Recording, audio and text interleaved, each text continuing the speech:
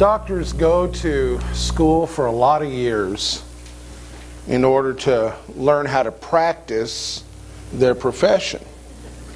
They start in undergraduate where they take pre-med and they learn all the interesting things about where your liver is, you know, where your kidneys are, where your knees and where your ears are. And it's a good place to start.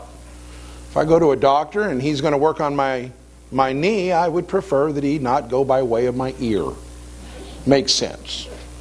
Then they go to medical school where they learn not just where those systems are in the body, but how it is that they all work with one another, and the pathophysiology of disease and how that compromises systems. And then they begin to do their rotations, where they take that head knowledge and they apply it not just to the study of the body in general, but to a body in specific. Because every body is unique. I mean, every body and every body, you know what I mean, is unique.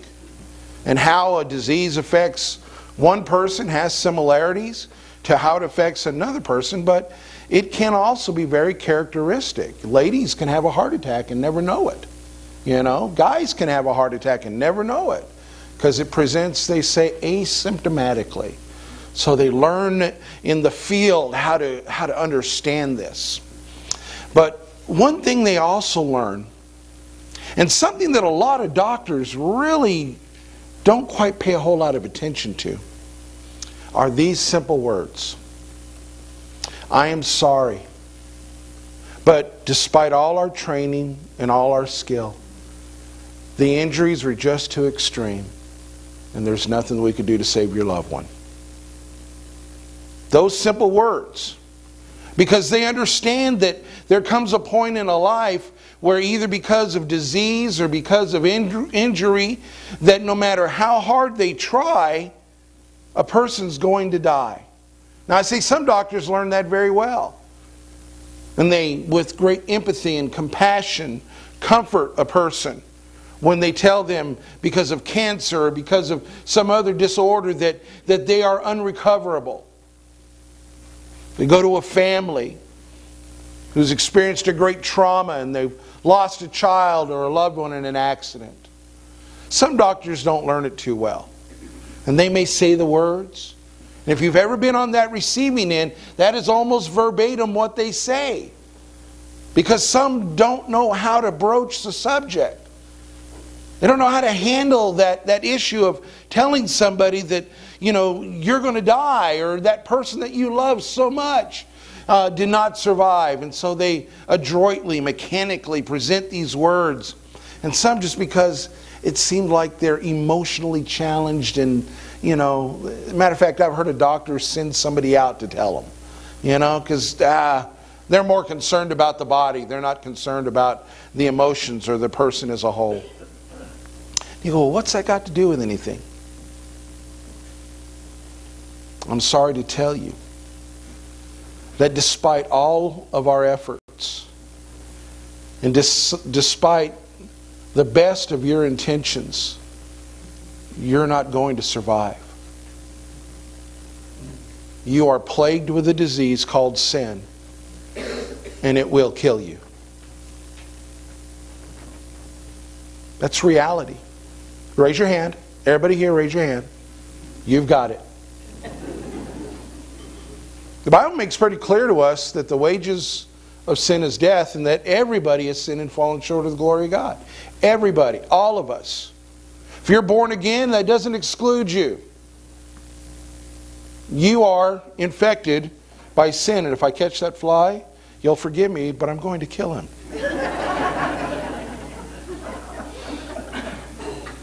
All of us are infected by sin.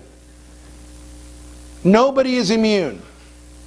As a redeemed, born again, spirit washed, you know, however you want to term it, follower of Christ, I have been rescued from the condemnation of my sin, but I am still a sinner. It's the only difference between me and a person that has never given their heart to Jesus is the fact that my sin is forgiven, but I'm still a sinner, and I struggle with it every day. You willing to admit that? No, see, I'm in denial. No, I'm not a sinner, you know. I go to church and I read my Bible and I pray and, you know, I do all these things. And, you know, God and I got an understanding. Yeah, God and you got an understanding.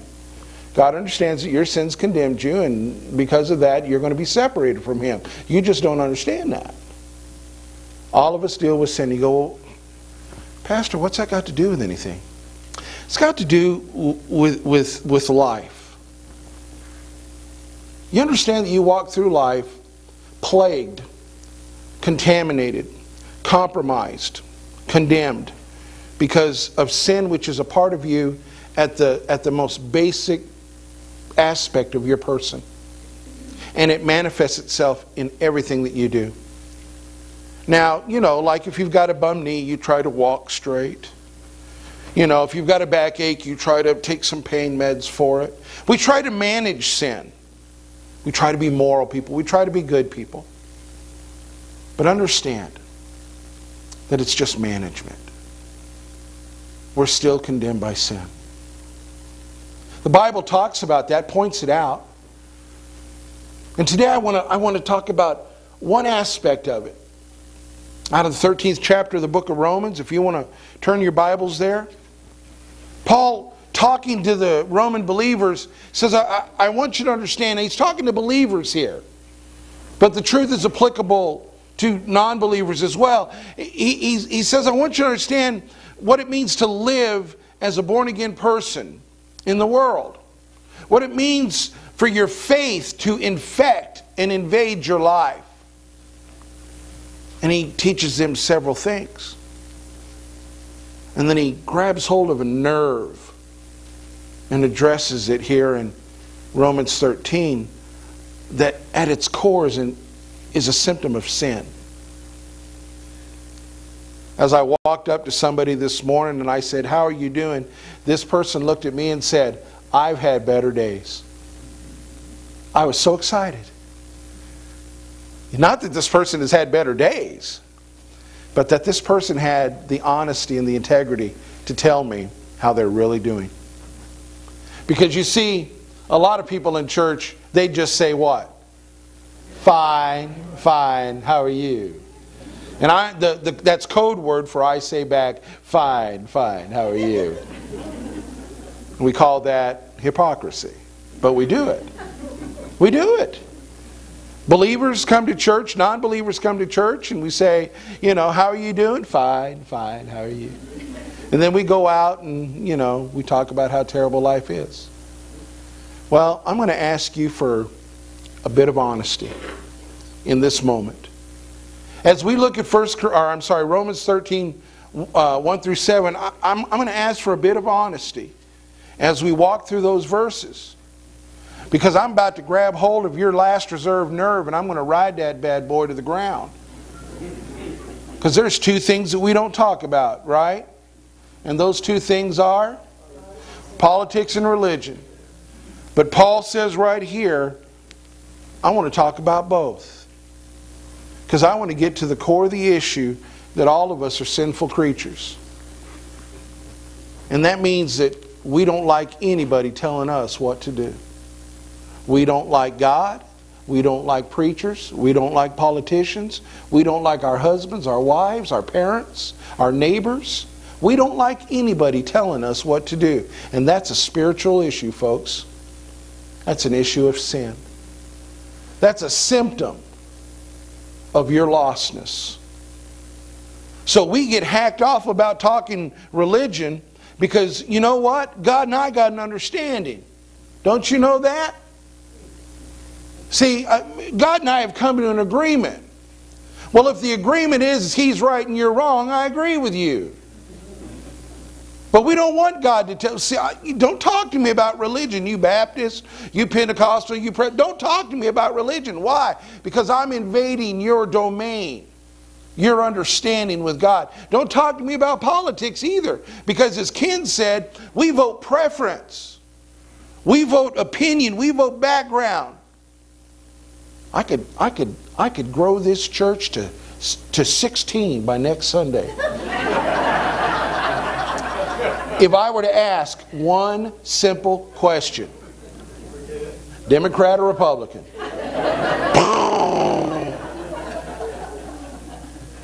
And I'll tell you what, our position on politics oftentimes has more to do with sin than it does to do with godliness.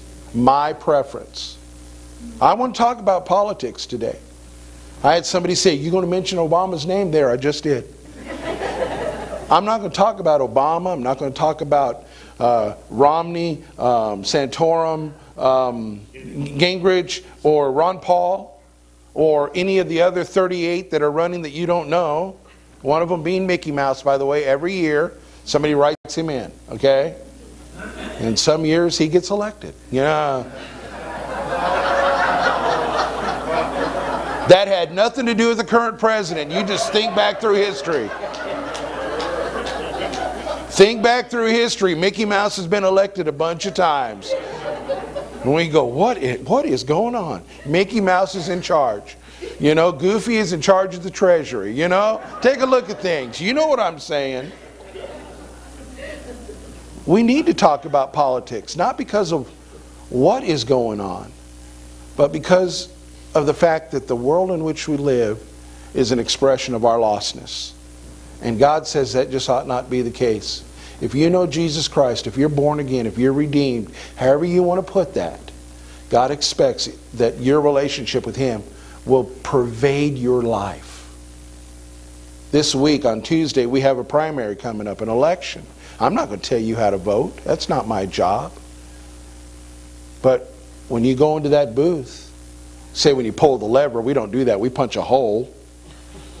I always looked forward to pulling the cord. It's kind of that closet gambler in me.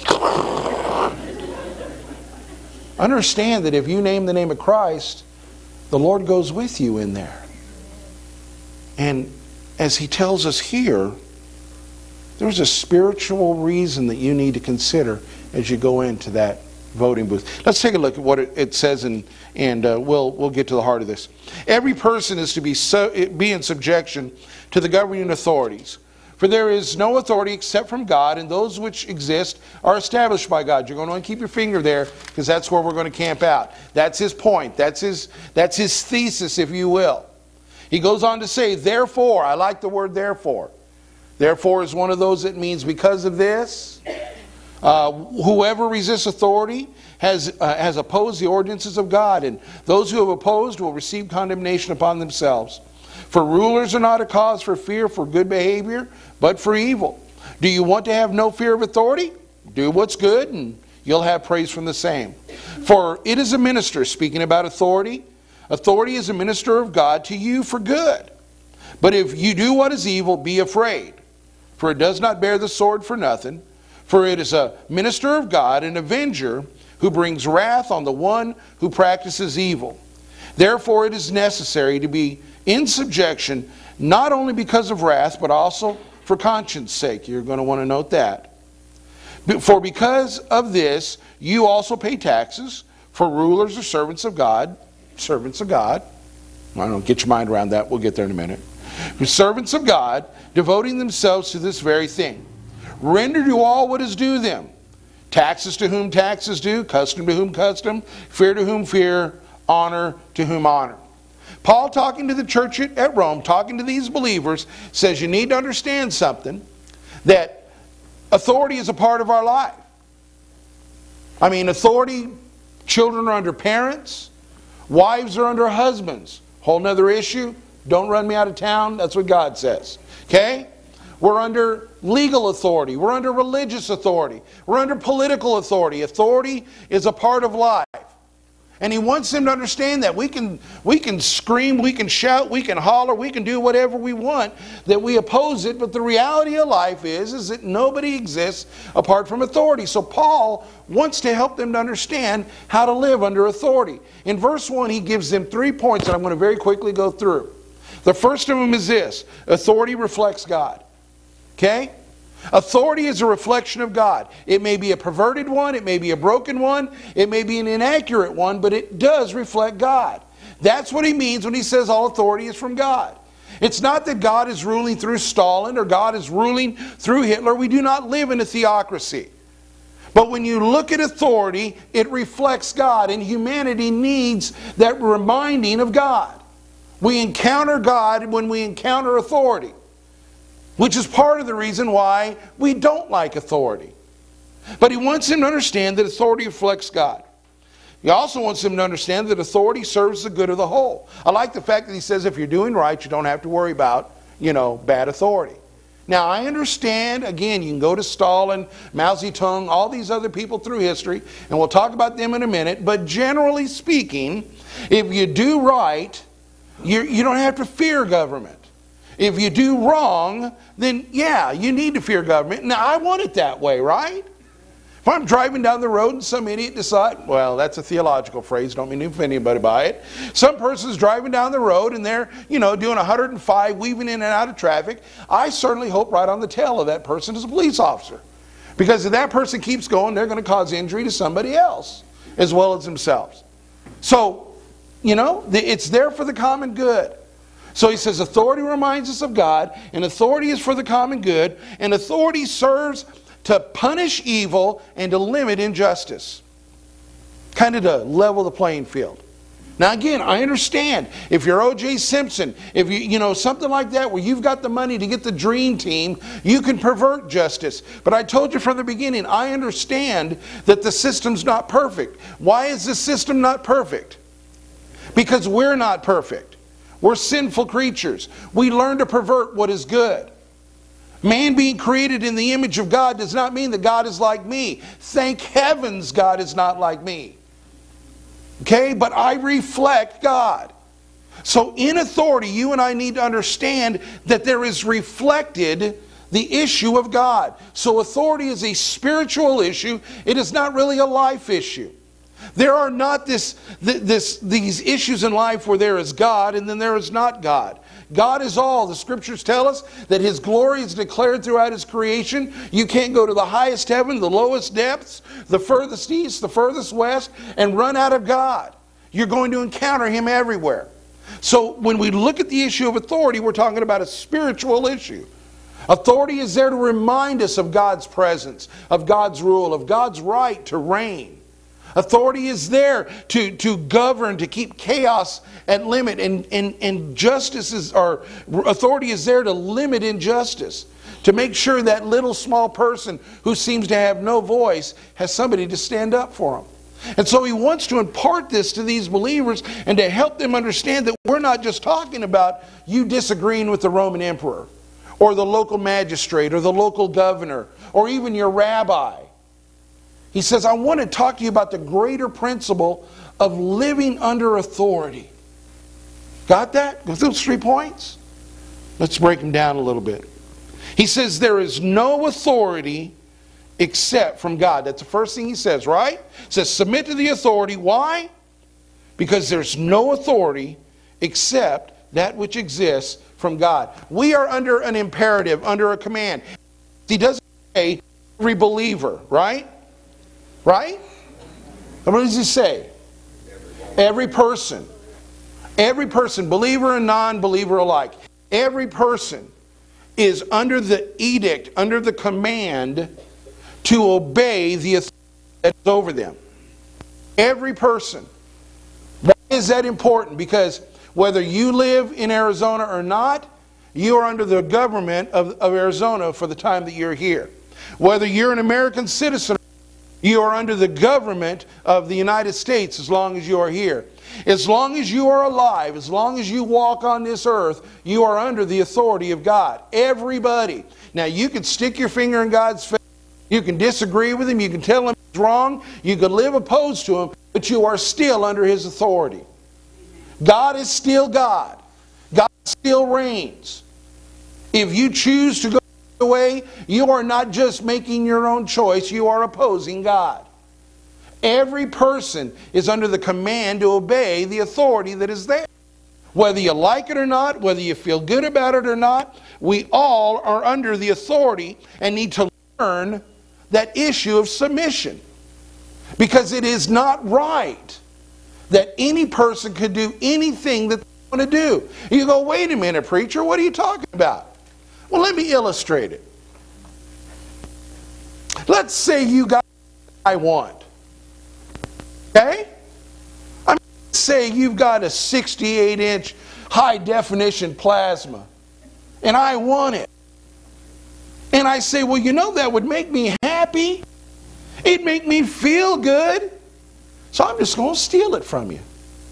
I'm going to break into your house and I'm going to take it.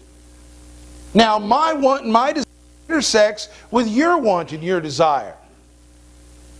So we've got these authorities that tell us, you can't do that. Well, who are you to tell me that I can't do that? Well, if I'm the thief, I'm going to feel that way. If you're the thief, you're probably going to say, yeah, I like the fact that government rules.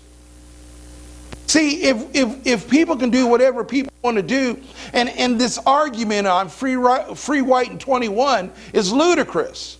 Just because you're consenting adults, just because you're an adult, doesn't make it right. A woman and a man can sleep around, and I'm sorry if this offends you, like dogs, and make a baby, and then it's our choice to murder. Whose voice is the child's voice? We're under authority, folks.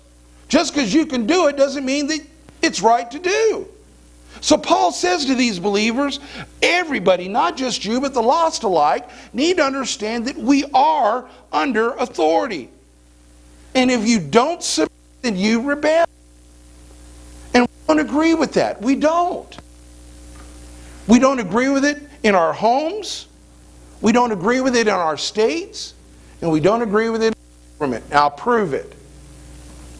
You know how decisions are made today? Opinion polls. Right? So somebody calls you up and says, do you think in your neighborhood, in your, pardon me for using this dirty word, HOA, I belong to HOA, hell on my avenue, that's what it means. And they send out these letters to us and they ask us our opinion. Do you think that this ought to be blah, blah, blah, blah, blah? And if enough people agree, then they make it, right? Opinion polls call you up and say, do you think that, you know, Joy Behar on The View's hair looks nice? And the majority of people say no, they tell her and she changes her hairstyle. Really? Really? You know the term mob rule? You know what that is? Just because the majority of people say something doesn't make it right. But that's the point that we've come to. Where people can say, you know what? As long as 50 plus 1 agree, then it's right. No. Just because 50 plus 1 agree may be the thing that people do, but that doesn't make it right. And someday all of us are going to find out the reality that we're accountable. Even if we choose to do wrong, we're still accountable to God. Here in this country, we are very blessed, very blessed, because there are people who don't have, you know, any say or, you know, any involvement, any freedom to, you know, change or disagree. And some people would say, well, that was Paul's situation. Then I want you to understand that the idea that at every turn Christians were being put to death in the first century and when Paul wrote really isn't accurate.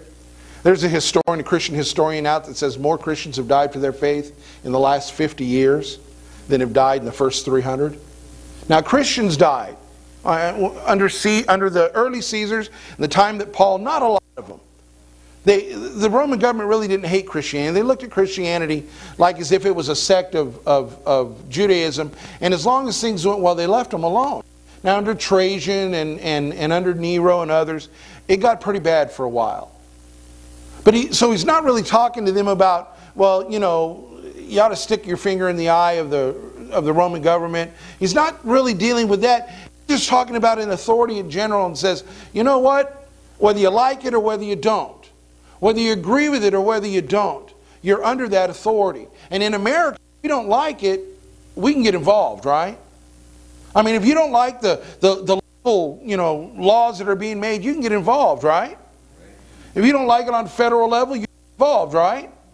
I mean, you got that freedom, but there's a lot of people that haven't had that freedom down through time. And so one of the arguments that comes up when we talk about submitting to authority is that argument. Well, what about those humanistic, what about evil, vile governments? What about Stalin? What about Idi Amin? What about Hitler? What about Mao Zedong? What about, you can name, a plethora of them down through history. Well, let me tell you something. There comes a point, because what does the Bible say? All authorities of God, right? There comes a point, and we see this in the scripture, where the apostles said, you know what, whether basically it's right to obey God or you go ahead and decide, but we answer to a higher authority. When those governments deviate from the character of God, now, I say that and I want to be very careful, because when I say deviate from the character of God, I don't mean that, they vote for a balanced budget or don't vote for a balanced budget amendment and God would. I'm not talking about that. I'm talking about they violate the character of God.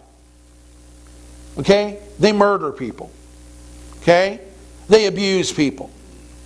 I'm talking about they violate the character, the nature, the very person of God. That man is under the higher authority of submitting to God and not to man. Government comes out tomorrow and says that it is illegal to worship God. Guess what I'm going to do? I'm going to worship God. Am I going to go to jail? Yeah, I'm going to go to jail. I'm going to worship God. Okay? If the local authorities, if the federal authorities come out with some law that violates the nature of God, then I am under no obligation to obey man, because that puts me at odds with obeying God. But until it comes to that, until it comes to the point of violating the nature of God, not my preference, not my nature, I am under the authorities that God has placed.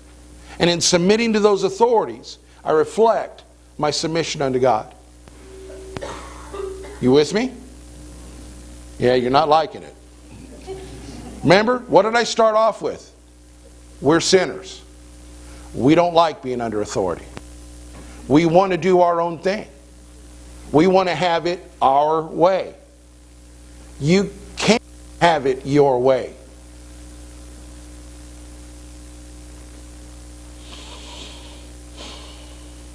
Remember, before you got saved, those of you that know Christ, remember what your life was like before you got saved? You know how you got there? You were driving the bus. So having your way in a ditch, why would it be any different now?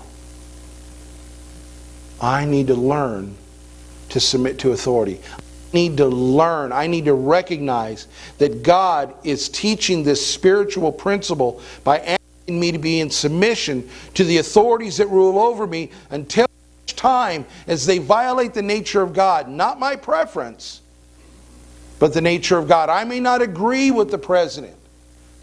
I may not agree with my government. I may not agree with a law. But just because I don't agree with it doesn't mean that I rebel against it. I don't agree with my pastor. I don't agree with my wife. I don't agree with my husband. I don't agree with my parents. Just because you don't agree with them doesn't mean you have the right to rebel. Now, if their actions are contrary to the nature of God, then you have the obligation to submit to God before man. But until that time, you submit to the authorities that God has placed over us, because that authority would not exist except from God. Now, a lot of people have trouble with that statement, the last one that Paul makes there in verse 1. They say all authority is established by God. Okay? So does that mean that God voted for Hitler? Does that mean that God voted for Stalin? Does that mean that God voted for, I'm trying to think, who is it? It was Garfield? It was one of the most ineffective presidents we had. It was kind of like he got up and got his paycheck and that was it, you know? Hey. Does that mean that whoever it is that maybe he's evil or we don't agree with, that God voted for him? Understand that established and approved are two different things. God did not approve of Hitler. God did not approve of Stalin. But I'll tell you, Israel would not exist if it weren't for Hitler. Historians will tell you that. It was the actions of World War II that drove the UN to establish Israel. You think back in the book of Exodus and God's dealing with Pharaoh. Did God approve of Pharaoh? No. But that authority was there, and God used it to teach His children of His He was, and God used the wicked heart of Pharaoh to bring glory to Himself. So though a government is established, and though it may even operate inconsistent with the nature of God, not our understanding of what God ought to do, but with the nature of God, God still allowed it to exist because it brought glory to Him and advanced His will. And sometimes we look at this world and we go, where is God in this? You know why we ask that question? Because we're sinners. And we forget that everybody's accountable to God. And we think somehow the world has reached beyond God's grasp. That somehow God has lost control of everything. I started this out by saying authority isn't a life issue, it's a spiritual issue. It's not a political issue, it's a spiritual issue. It's not a home issue, it's a spiritual issue. And you see how deeply it affects all of our life. Now we get to the point where we say, well, there's some things that are outside of God's control. Trust me, there's not. You and I just don't understand it. So just because God has allowed some authority to be established doesn't mean that He approves of what they're doing. You mean God might allow us to have a president or a Congress or a governor or a senator or whatever that would crimp on our religious faith? Yeah. Yeah, He just... Because what's God really concerned about? Your comfort in the United States of America or the purity of your faith? How about that one? Therefore, we're left with two conclusions, people. Two things that we need to apply to life. One, if you're a believer, you belong to another kingdom. Let's try that again. If you're a believer, you belong to another kingdom. Okay? You're under the rule of God.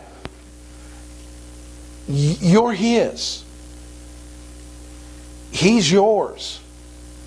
That prayer that Jesus prayed about, not my will but yours be done, ours. And He's going to take care of it. Just trust Him. And you know what? God might bring dark days and some hard times in order to cause you to trust Him more. And that's good. Because the second point is this. This world is not your home. We're not trying to turn earth into heaven. That's God's job. And you know what? When you get to Revelation 21, you know how He does it? Because I saw a new heaven and a new earth. Because the old heaven and the old earth passed. We are so bent because of our sinful distortion and infection, thinking that it is our job to make earth heaven, that we go and we vote preference in the ballot box rather than voting the heart of God. God's going to straighten it all out. That's His job. My job is given what is, how can I shine for Jesus? This isn't my home. I was talking with Clarence this morning, and his wife's mom passed away. And I said, Clarence, I got one on order. We're all right. I said, Clarence, how's your wife? He said, she's doing. And I thought for a minute, her mom's dead. He said, she's in heaven. Yeah, she's doing fine. Okay? This world is not her home. If you're a Christ follower, if you belong to the Lord, this world's not your home. And though you live under the rule of a governor and a president and whatever else, ultimately they're not your ruler. So don't let your flesh get in the way of your spirit. Understand that this life is where we learn to walk with the Father. That this life is where we, in learning to walk with the Father, bring glory to Him to a world that doesn't know Him. If you ever ask me what this world is coming to, you know my answer. Judgment. Judgment. Because God is God. And Obama and Bush and Clinton and Bush and Carter and Reagan. Reagan. No, Reagan, then Carter. And then Ford, and then Nixon, and go back. They aren't God. They're not God no matter how much you like them. I'll tell you what, Ronaldus Maxis, he's my man. He ain't God. And he wasn't perfect. God is God. And in living under the authority of man, we have the opportunity to be reminded of the authority of God. That's what it's about. That's what Paul wanted them to understand in Rome. And that's what he wants us to understand. If you're a believer, lay aside your title. Whether you're a Republican or a Democrat, an independent, whether you're a conservative or a progressive or a moderate or a this or a that, lay that aside. If you're a Christ follower, all that stuff really doesn't mean anything. Don't vote your politics. Live your faith. Live your relationship with the Lord. Well, if so-and-so gets elected, I'm going to move out of this country. I'm sorry to say I've said that. And that's sin. That's sin. That is sin. That's my flesh talking. I need to understand that regardless of the political environment, and whether I like it or not, I'm called to shine as the light of Jesus Christ. Now, if you're not a believer, understand that try as you might, work as you will, strive with all of your effort to create a world that I honestly believe that whether you agree with people or not, that they're all trying to arrive at a place where life is good for everybody. Okay? I don't think there's anybody on either side of the political spectrum, on either side of an issue. I don't think there's anybody that says, you know what, I'm just trying to damn this whole country. I don't believe that. I believe whether you agree with them or not, they're trying to do their best. But I want you to understand, you, nor your policies, nor your politicians are God. And all of us someday must stand before Him.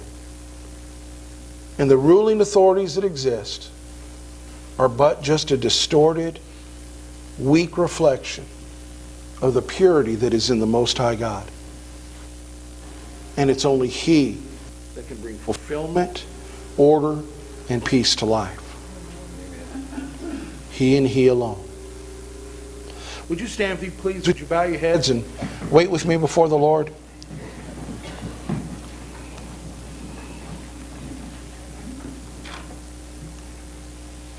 The reason people don't like to talk about politics or religion is because they reflect their personal preferences and comfort. They reflect our vested interest. And that's why we argue about it. I want what I want and you want what you want. And if those two don't come to agreement, then we've got a problem. But I'll tell you, for the believer, your interest needs to rest with God and His kingdom, not your own preference. If you're not a believer, please understand that your preference and your desire, just because you like it, and maybe everybody else you know does too, if it's contrary to God, it's not going to be satisfying, it's not going to be fulfilling. I hope you recognize how your political views reflect your values in life. As you look at your political views, do they reflect your trust in God? Is it your belief in who God is that shapes your politics in life? Or is it that your politics shape your faith and your view of life? Father, to you we come, and I ask that you would be very real to us in this time, Lord. Father, I know that talking politics is not a pleasurable thing.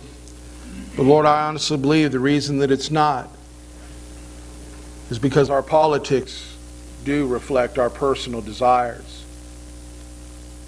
Lord, help us to understand that it is only in coming and bringing our desires, our burdens, our hurts, our weaknesses to you, and taking upon us your yoke, that happiness and abundance in life is found.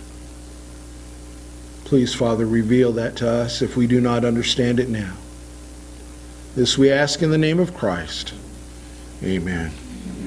Our